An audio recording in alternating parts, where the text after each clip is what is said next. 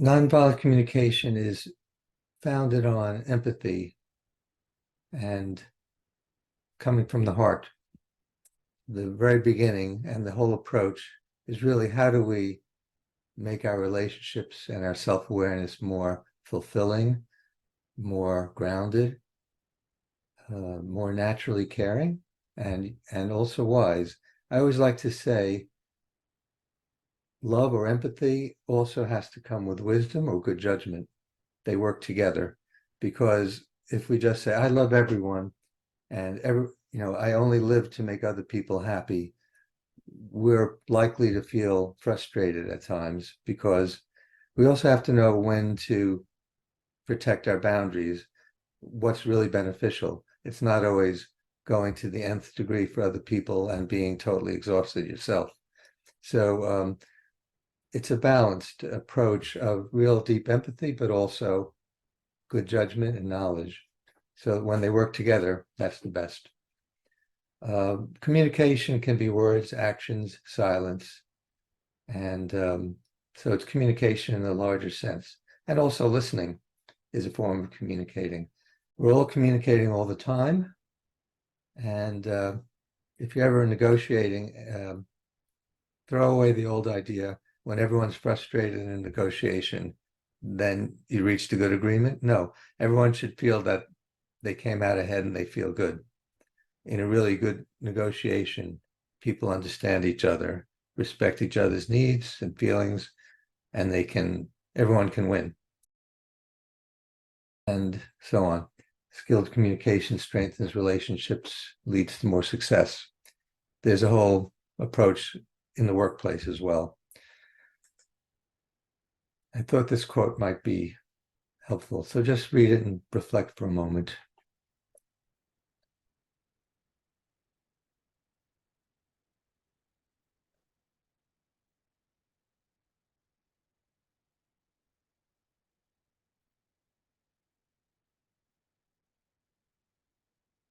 I think a lot of the problems that, let's say, couples have, especially couples because they're together so much, whether married or in a relationship or parent and child, when we're using languages of judgment, it's always irritating to the other person, even if the intention was good. When it gets mixed with judgment or putting another person down, even in a subtle way, that kind of irritation builds up and limits the relationship. So it could be, a parent to a teenager, you need to clean up your room. It's not such a bad message, but like, I really appreciate if you clean up your room so I don't fall over your stuff when I have to come in here. A little more openness and connection rather than authoritarian communication. That's just one example. We'll come back to some other examples. By the way, we can use chat to everyone, and I'll invite people to speak. We'll have a couple of breaks in the middle so we can discuss things. All right.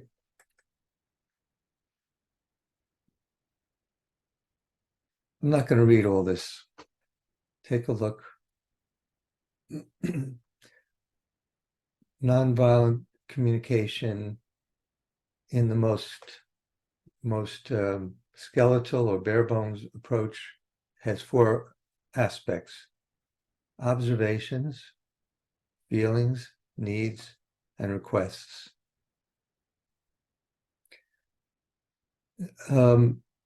Observations need to be separate from evaluations, like you're too generous. That's not an observation. That's an evaluation or judgment, right? So if you say to someone else, you're too generous, they might say, no, I'm not. Or, stop criticizing me. If you said something like, when you just gave $100 to that homeless person, I felt that was too generous, you might get more of a meaningful conversation rather than the person being judged and dismissed as being too generous, period. So there's more to this, but we got to be clear what's an observation, what's an evaluation or judgment. Then our observations make us feel things, and we have these feelings due to needs, that we're holding needs. If you have a need to have companionship in the evening, and your significant other comes home at 9 o'clock every night, which may be late, right? You might say, you don't care about us and you just show up whenever you want to. And that has a lot of assumptions and judgments and criticism. Or you could say, I miss seeing you in the evening because I'd like to spend more time with you. So that one is fairly obvious, but there's many ways to express requests. I'd like you here more often because I value our time together, rather than you're always late. So we have to watch the language and be clear about what's an observation, what's a feeling, what's a need. I need to see you more often. That's a perceived need. And a request. I'd like to see you. Are you willing to do that, to get here earlier? Now, it may sound a little stilted or, artificial, but actually we can skip all those steps sometimes, like if you smile, say, are you coming home early today?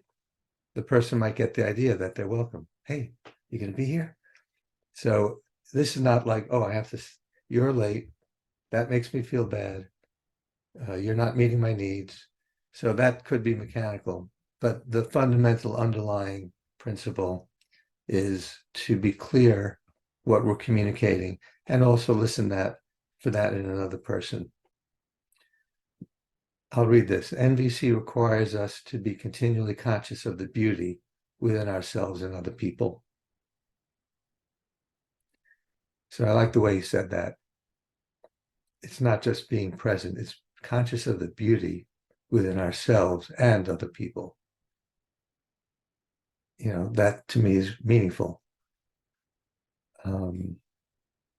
Is anyone, all right, if you want to unmute, any thoughts up to here, and including that quote, any responses you want to share?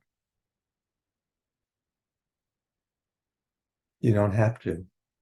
Would you be willing to share any responses to this? That's a request. Marianne, you got it, right?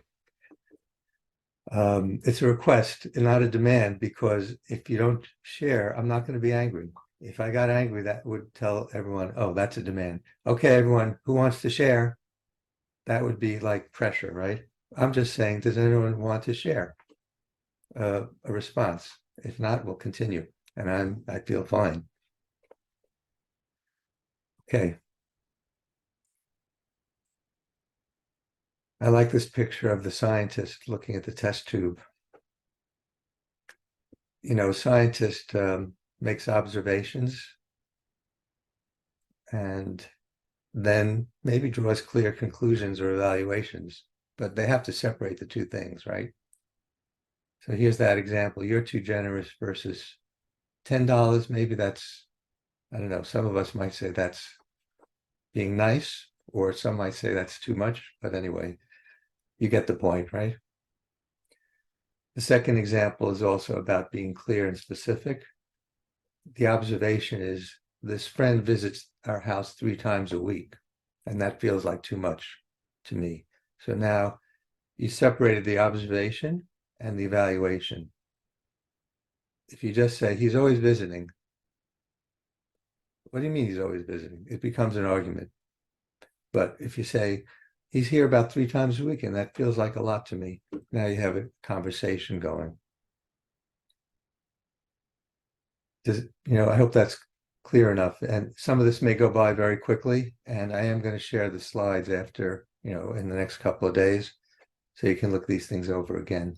Okay, interaction time. Which of these are observations? Anyone want to take a chance? By the way, I don't have my chat open, but you can. I'm going to open it now. You can put in numbers in the chat, 1, 2, or 3, or 1 and 3, or 2 and 3. Let me open chat here. All right, so we have a 3. We have 1 and 3. Oh, wow. Cool. Nobody said 2. All right. Smart. That's a judgment, right? But anyway, I agree with you with number one, those who put number one, and number three. See, if you said, I don't look good in yellow, or yeah, if you said, I don't look good in yellow, that's a judgment of yourself. But Luke told me that I don't look good in yellow. That's a fact. That's an observation. Okay. My father is a good man. That's a judgment or evaluation. My father gives, 30% of his income to charities, and I feel that he's a good man. Now you separated the observation from the evaluation. And if you're talking to someone else, they have an idea what you value. So it creates more connection and makes people feel connected to each other, more understanding. The third one is Sam didn't ask for my opinion. Okay, if you said Sam's an idiot because he doesn't know how to attend a meeting or run a meeting, Sam's an idiot because he doesn't know how, or Sam doesn't know how to run a meeting, that's a judgment. But if you said Sam didn't ask for my opinion during the meeting and I felt annoyed, you have an observation and a response or a feeling. So I hope you can see, as this goes by somewhat quickly, I hope you can see how clarifying what you're responding to helps the dialogue if you're talking to someone, whether it's at work or in any kind of relationship. I think as a therapist, as a psychotherapist, I feel like the reason people shortcut it and condense it into Sam's an idiot or Sam doesn't know how to run a meeting is because people are afraid to be a little vulnerable. And then they leave out the important parts, like I felt hurt because I wasn't called on, or I had something important to say and now I'm disappointed. So those are slightly vulnerable things to say. But if you just say, Sam doesn't know how to run a meeting, you're not showing any of your own feelings and needs. So it's important to trust that you matter, that you're important. If other people dismiss you initially, that says more about them, which is okay also. But the more open we can be with wisdom, the better we can connect to other people. Any questions? You can put them in chat or comments. I hope this is helpful or clear. Okay, we'll continue. So that was observations versus judgments or evaluations. Requests versus demands. There's a lot, by the way, in this. If a request is denied and you get angry, then it was a demand. If you get no to a request and it matters to you, you may continue. What was the no about? Tell me what you're feeling or what your thoughts were. So a request should always be an invitation to more connection, more dialogue, more understanding, not a demand. And that's especially important if you're an executive in a company or a parent, maybe of a teenager. And the old parental habit, which you can get away with when they're 4 years old, 5 years old, but when they're 12, 14, 16, and you tell them, go inside immediately, you might get pushback, right? So how do we communicate? Yeah, many parents have to learn how to,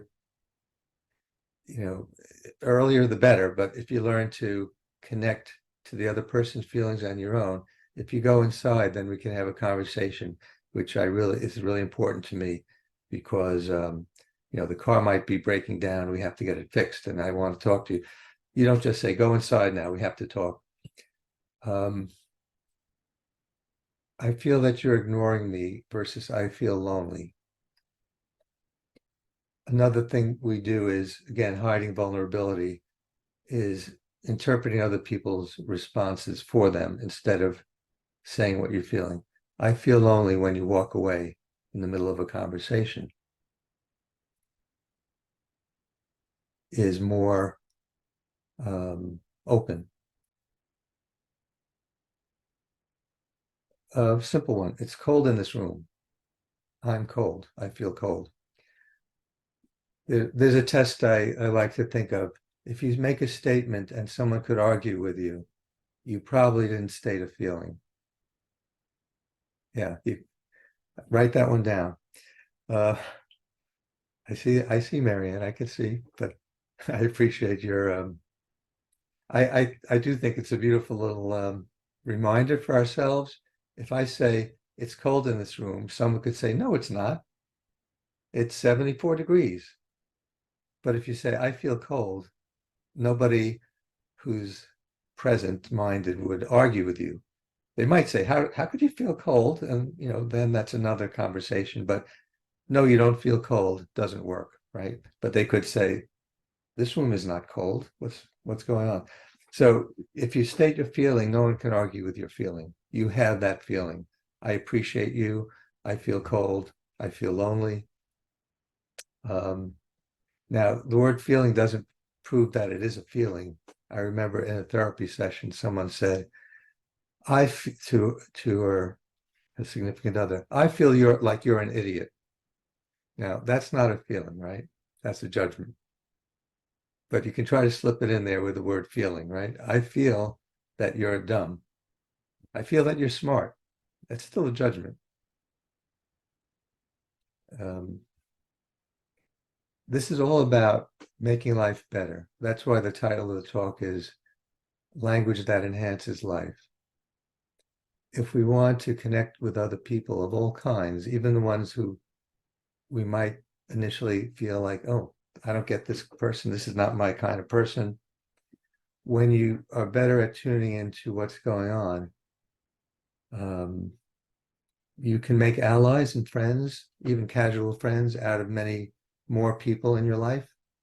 Not necessarily everyone, but relationships all improve when you use this kind of language, which is more vulnerable, honest, authentic.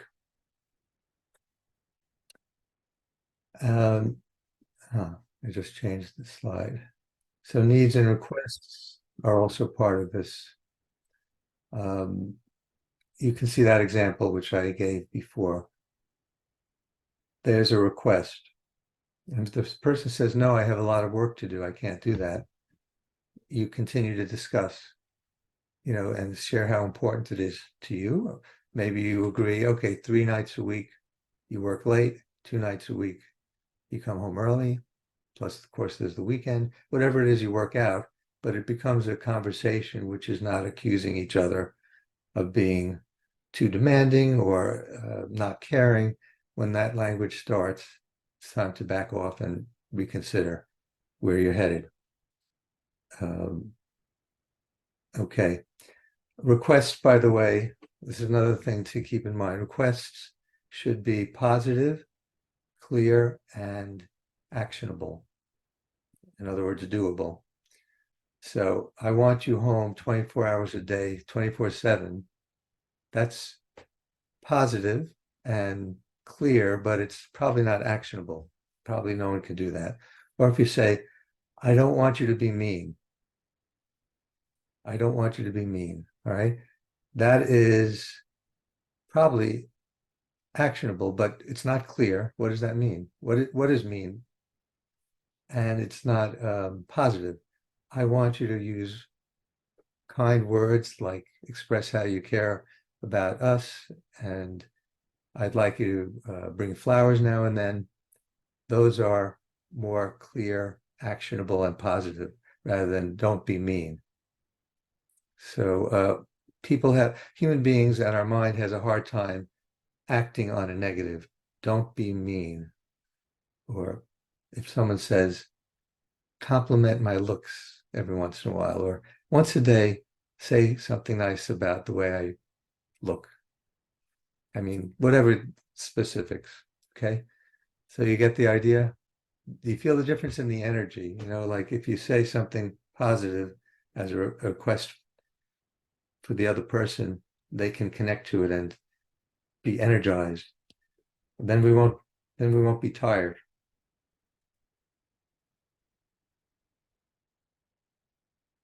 The world is too full of incomplete communication, and it's exhausting. It can be exhausting anyway. All right, there's a lot on this page. Let me pick and choose.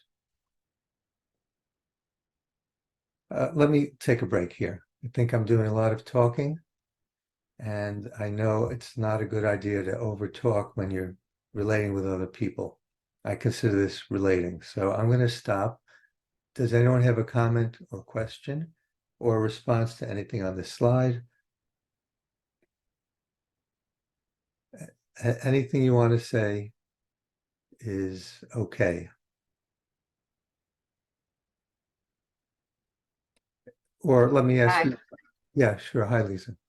Hi. You know, I have to confess that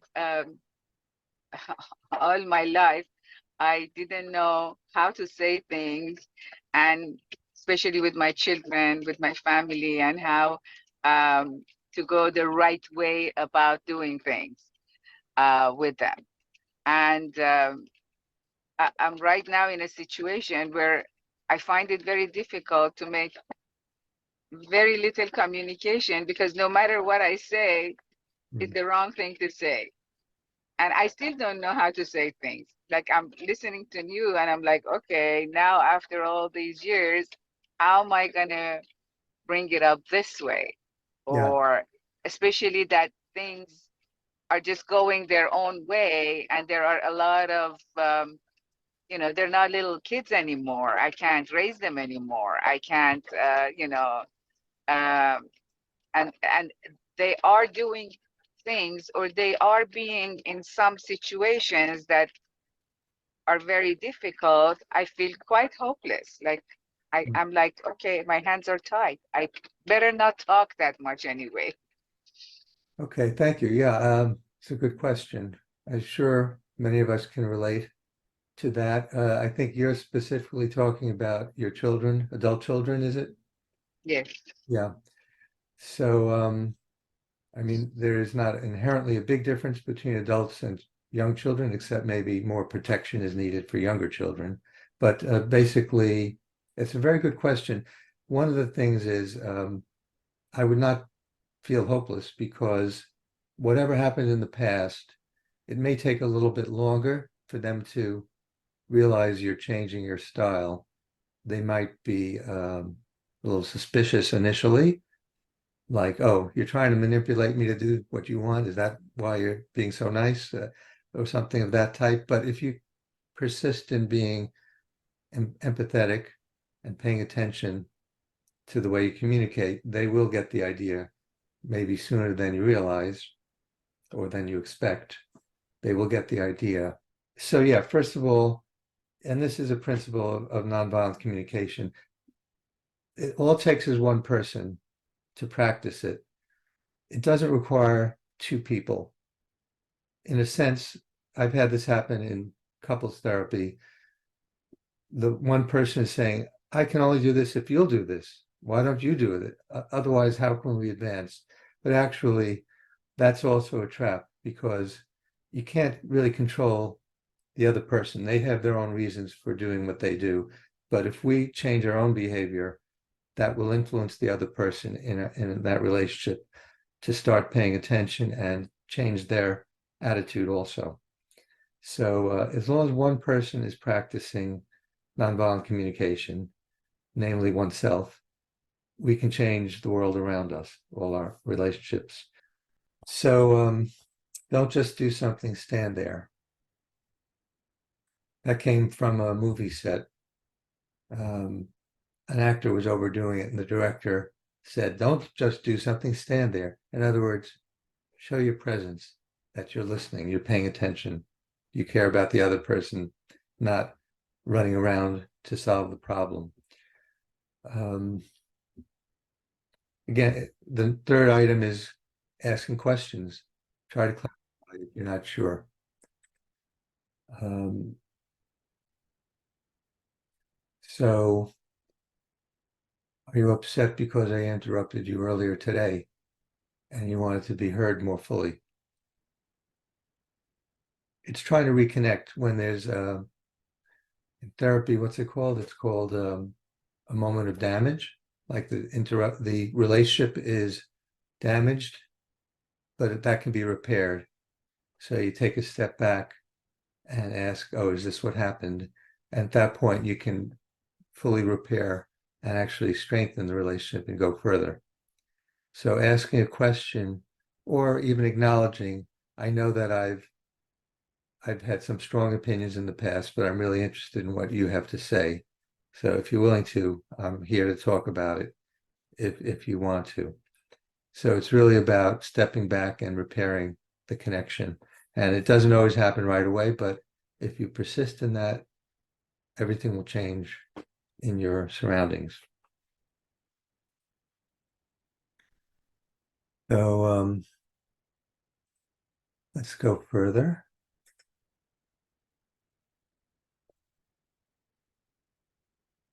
One idea to consider is that anger is not in itself a feeling, it's a cover for feelings. When we feel vulnerable to being hurt, it's easier to show anger than to really open up. And I'm not just talking about words. These things are not about just words, but really connecting to what's going on inside yourself. Sometimes we can be overly happy too. Like, if your significant other just got a big pay increase, oh, that's great. Maybe you could say, I admire so much how you persisted and you made your point to the management and you're now getting what you deserve. I'm really happy. So we can cover over good feelings as well as so-called negative feelings. But more commonly, we cover negative feelings, which is, I feel lonely.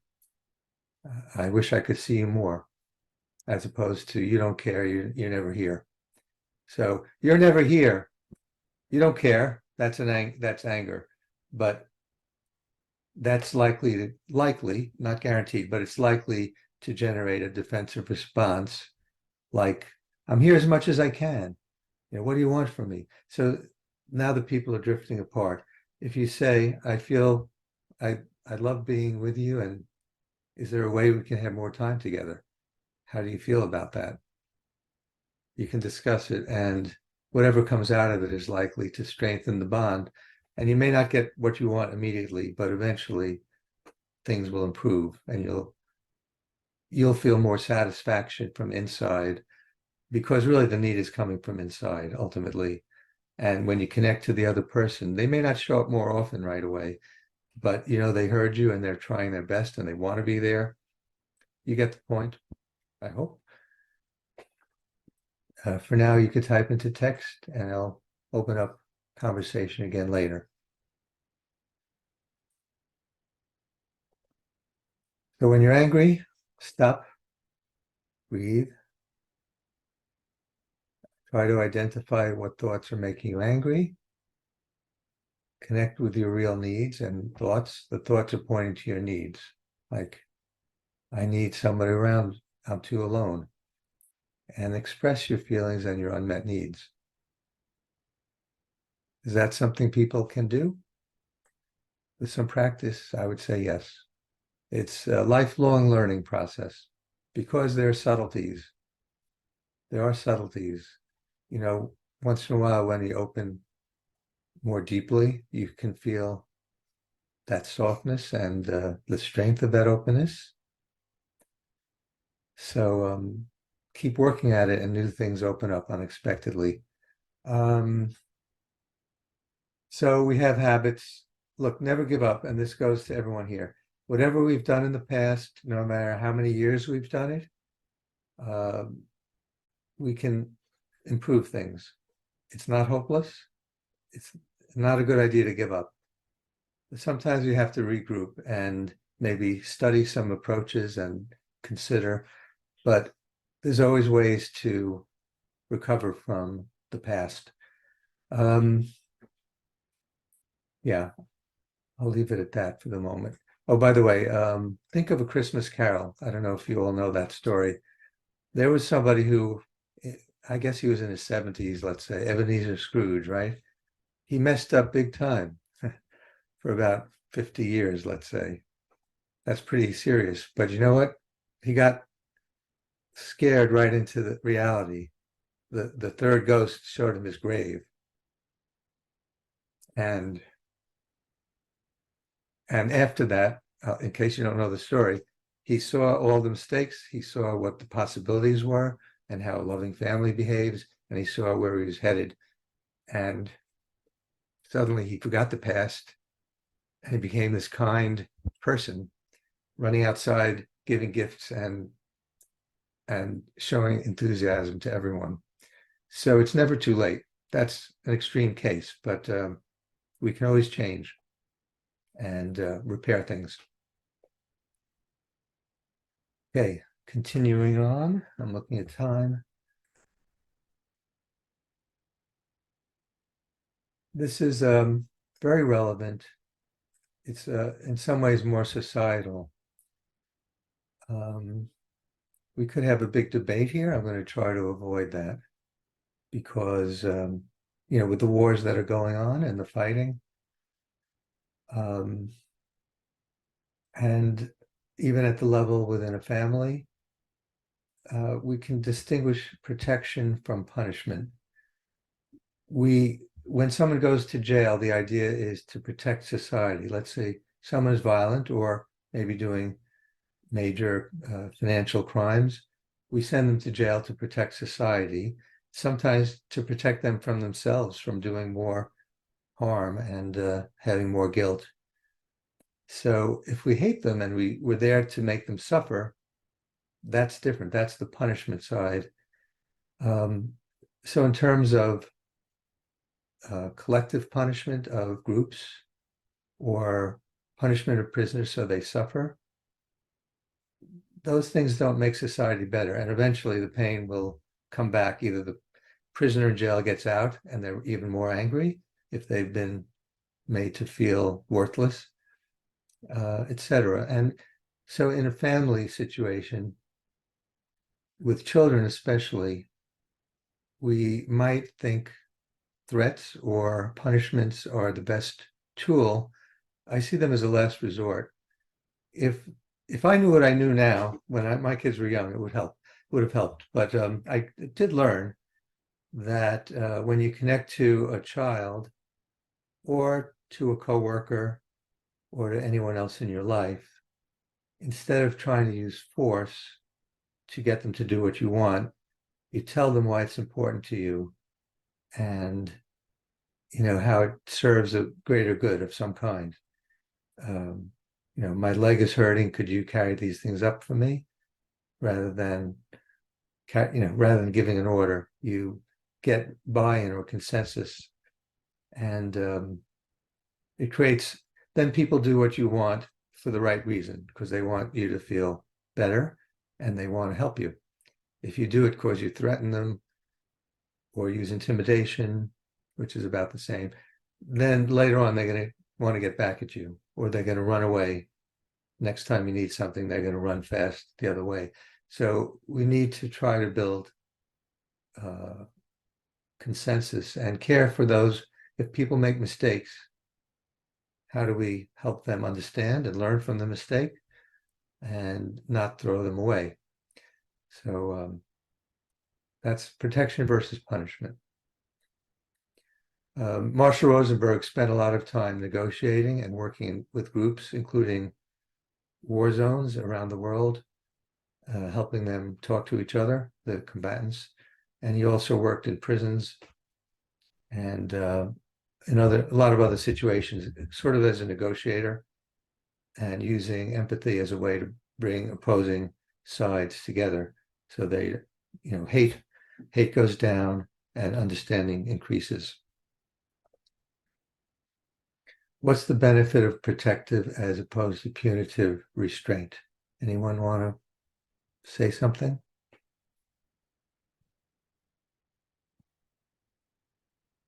I'm going to make a request. Let me see if I can do this.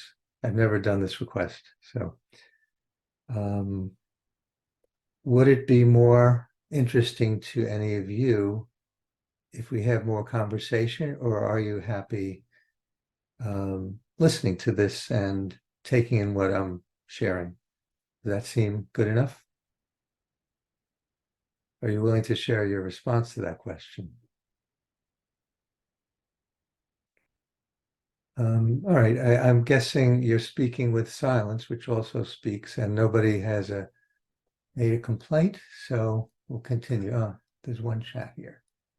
Either or. Okay. Oh, so I see flexibility in that. Thank you, Lisa.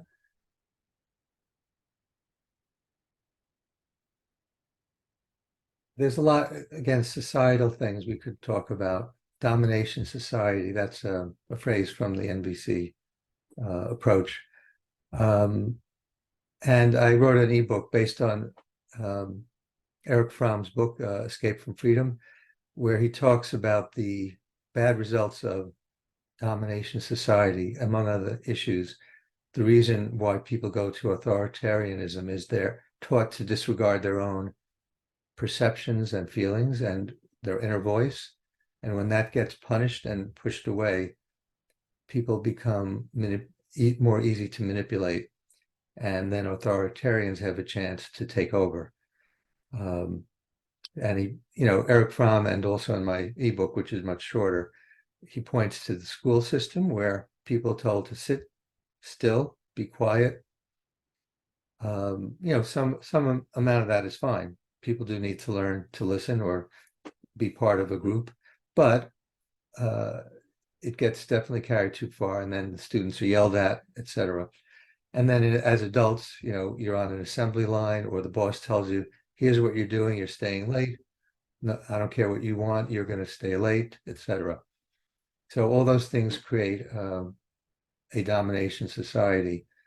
To overcome all those experiences, personal traumas as well as societal traumas, and there's plenty of those, when we reconnect with our inner selves, our real needs and feelings, and we learn how to express those with people who can, hopefully with people who can give back support, we can overcome the past and heal ourselves.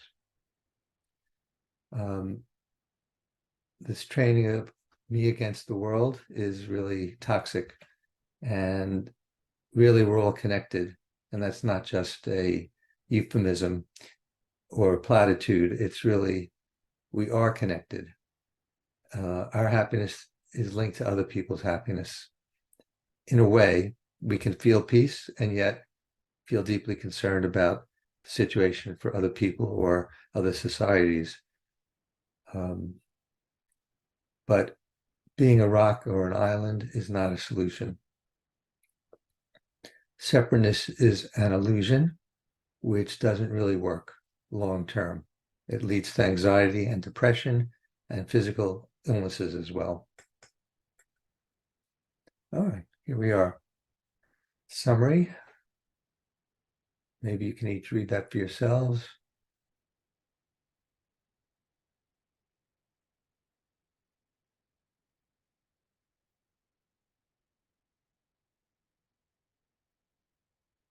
I think these are three very, I chose these out of many, many things I could have chosen because they seem, Charles is back. These principles in particular seem very kind of beyond the technology and the techniques. We're talking how to, what words to use. But if we forget why we're doing this, it can become a bit mechanical. So it's always good to come back to what is our goal. Our goal is to increase connection and make life more vibrant and peaceful and enjoyable. So that's the goal. And one of the things I didn't include in this slide, which I like this concept also from Marshall Rosenberg, he calls it enemy images. And sometimes the enemy can be someone in our own household to some extent, like he or she is always yelling. If we can tune into empathy, like that person is very stressed when they're yelling, that's because they're feeling some real stress. How can I help them come back to themselves rather than this person's a pain in the behind? So that's an enemy image. Certainly with other groups around the world, we can see them as enemies, or in our own country. When we have enemy images, we're limiting ourselves as well as the other people. We're no longer able to stay open to the world. We're busy attacking other people. Forgiveness is not just for the benefit of other people. Forgiveness is a deep connection to compassion, which allows us to go on with life also. And we can always continue to learn. So that's the beautiful thing. We can always continue to improve.